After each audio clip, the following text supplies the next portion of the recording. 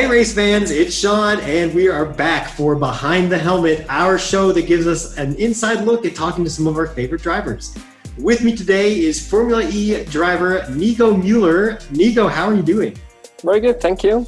Cool to be here. Yeah, well, I really appreciate you taking the time to come and talk to us. So, I just wanted to say, first of all, we loved having you on. And, I'll kick off this questionnaire here in a minute, but I wanted to see how have you been doing the last few months, with the world being as crazy as it is, the lockdowns and the, no driving and everything?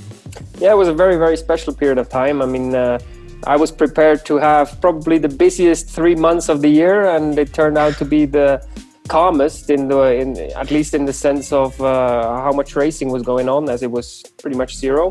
So instead of traveling around the world from racetrack to racetrack, I was at home all the time, catching up on my training. So that was good. I tried to make the most of it there. Trying to stay safe and healthy at the same time. So I think here in Switzerland, we were in a lucky situation to still be kind of able to live our half normal lives, go out and train outside most of the time and stuff. So yeah, I've been very lucky and grateful for that.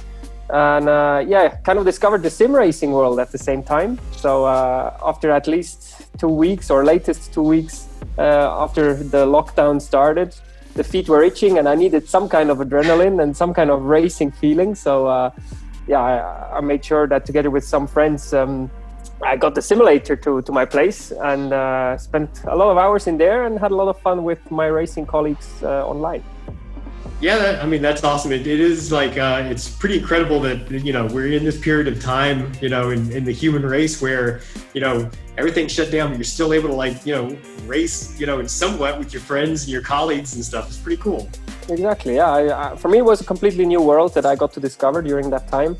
I was not really active in sim racing before. So it was very interesting to get into it and to learn the specialities of sim racing as well, because in the end, yes, we know how to drive a race car fast, but sim racing is still kind of different in some aspects. So it was interesting to kind of compete against the professional sim racers as well and get your butts kicked, if I can say it that way. Yeah. And learn from them. It was really cool, and engaging with fans at the same time. You suddenly get to race people that follow you on the real racetrack and are active in the sim racing world as well. So a huge community that has come together and made this time as enjoyable as possible.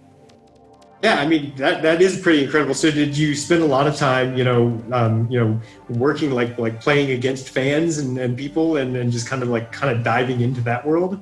Yeah, quite some actually. It was interesting to receive, all those messages from people saying, yeah, it would be cool if we could race, let's say tomorrow night for half an hour. We have some friends coming together, and I did it a few times. It was fun. And I think, it just made the racing community gel even more during this time, which is a good thing. No, that is awesome. And hey, look, I want you to know, if you ever want to set some times in Real Racing 3 and come on board, cool. we could do a Nico inspired, time trial competition. You just let us know. I'd love to do it. Sounds great. So let's kind of start with racing itself. Like, how did you, I kind of looked at your bio and stuff, and I know it's out there in the internet, but in your own words, how did you get into racing? How did you end up, start racing and end up at, Formula E? Well, initially, let's say it was very classical first few steps. Started off in karting when I was 12 years old. Maybe a bit later than others. Some kids, they are already jumping into go-karts at 5 years of age. I was 12 when I started racing. Still felt young at the time. And made the step into junior Formula Series when I was 16. So that's kind of the age where you can jump into real race cars that already have 200 horsepower or more and weigh 500 kilos. So a proper fast car already. And that's how it kicked off. And immediately I felt like the virus was in my blood. I really was doing what I loved and chased my passion, and I'm very, very grateful to still be able to do that today. That is awesome. So how did you how long have you been racing in the official Formula E circuit? Well, it's my first year in Formula E. Season 6 is what's running at the moment, and it's been my debut season, so a bit of a special one in many ways, as it's come to a halt after the first 5 rounds. But very, very enjoyable. I've worked for that for a long time to become a Formula E driver. It's a big honor to be a part of this series. It's probably the highest level of drivers you will find out there. Through the whole field, extremely competitive. The technology behind the cars is super interesting, and the fact that you race on street circuits all the time is what I think is really, really cool. I'm a big fan of street circuits. I've always enjoyed that most, when you bring the car to the limit between concrete walls, have zero room for error. That's what makes Formula E special. Oh yeah, there's Formula E. Just like seeing, I've been to a few races, and it is just incredible to see the cars maneuver on these tracks. Like they're not easy. They're very narrow and very twisty and turny. So it's really incredible.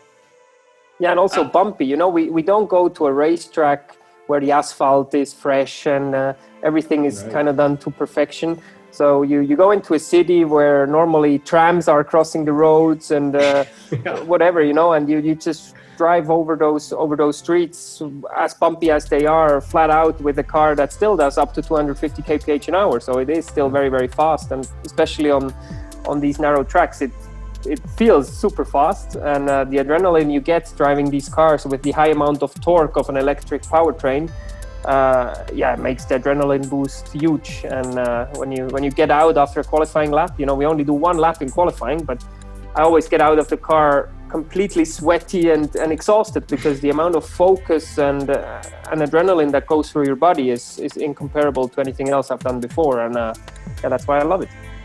Oh man, that is incredible. And now that they've announced that they're going back, I mean, like you said, you were training. How are you feeling about getting back behind the wheel?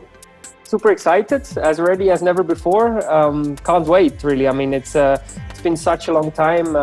I've never had, I think, 3 or even 4 months it will be at the end without driving a race car in a very long time. So the feet are itching. Can't wait to get back into the car, but also to restart the work together with the team. It's racing is teamwork in the end as well. It's you're the one that drives the car. Once you leave the grid, you're on your own. But behind the whole, let's say, effort, there's a huge amount of teamwork put into. So I really enjoyed that part as well of racing. I think that's what makes it a very unique sport, because on one hand it's a team sport, but on the other hand, once you're out there in the race, you have to deliver, and all eyes are on you. So that combination is very special. Yeah, no, that is awesome. It is incredible, the amount of people that all work together to make it happen. But then in the end, it's you against everyone else, right? Exactly. So you've been training somewhat. So let me just kind of get into, when you're training and stuff, is there a soundtrack you listen to? Is there something that gets you pumped? Well, I quite enjoy cycling on my own in the calm roads of Switzerland here. And I'm not listening to any music or anything. I just like to be with myself and push myself to my limits as well. So I'm not the guy that listens to music whilst training somehow. I don't know why. Only when I'm in my little home gym doing some core workouts or whatever, the less enjoyable part of the training, as I would call it. So there I need some motivation, and there I would switch the radio on, but I don't really have a playlist for training or anything. So getting into it and trying to motivate myself otherwise. Yeah, absolutely. So I think with the lockdowns going on across the world and stuff, it's been really big. I've seen a lot. I myself also cycle, so it's pretty cool to see how many people are doing it. How long have you been cycling? It actually was kind of the first sport I got into when I was young. My dad was a cyclist when he was younger, and that passion was given to me as a little boy as well. I was racing cross-country mountain bikes for quite some time, even parallel to when I was karting. So from I think when I was 9-10 years old until 15 years old, I was competing with cross-country mountain bikes. I still enjoy very much riding them. And it would have probably been plan B if racing would have worked out to try and and become a good cyclist. But I'm quite happy that I didn't have to pull that card and work very, very hard and sweat even more than I do nowadays out on the bike. Yeah, true. Yeah. Oh man. Yeah, I guess it all worked out then. Yeah, it did. I'm very grateful for it. It's not common that you get the chance to pursue your racing career, and I'm very grateful to all the people that did make it happen. That is awesome. So I guess besides cycling, how have you been keeping yourself busy? With the lockdown and everything. I think the second most amount of time, let's say, I definitely did spend with sim racing. To get up to speed, you already need to invest some hours into training because I'm kind of guy that doesn't like losing, and in the sim racing world, I had to accept that if I don't put many hours into it, there's no chance you will win, because everybody has the possibility to train as much as he wants to. And I still enjoy some other things in life than sitting in front of the screen 5 hours a day. So I did get out on my bike even when I kind of felt like should train a bit more if I want to try and win the race tonight.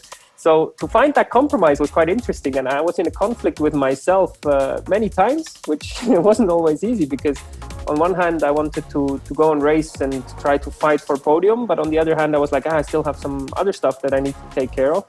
So it was interesting. I learned a lot about myself there. It was a new situation. Yeah, absolutely. I think everyone in the world is kind of learning a little bit about themselves right now. For sure. So you said you kind of just started getting into sim racing. Did you play many video games or anything?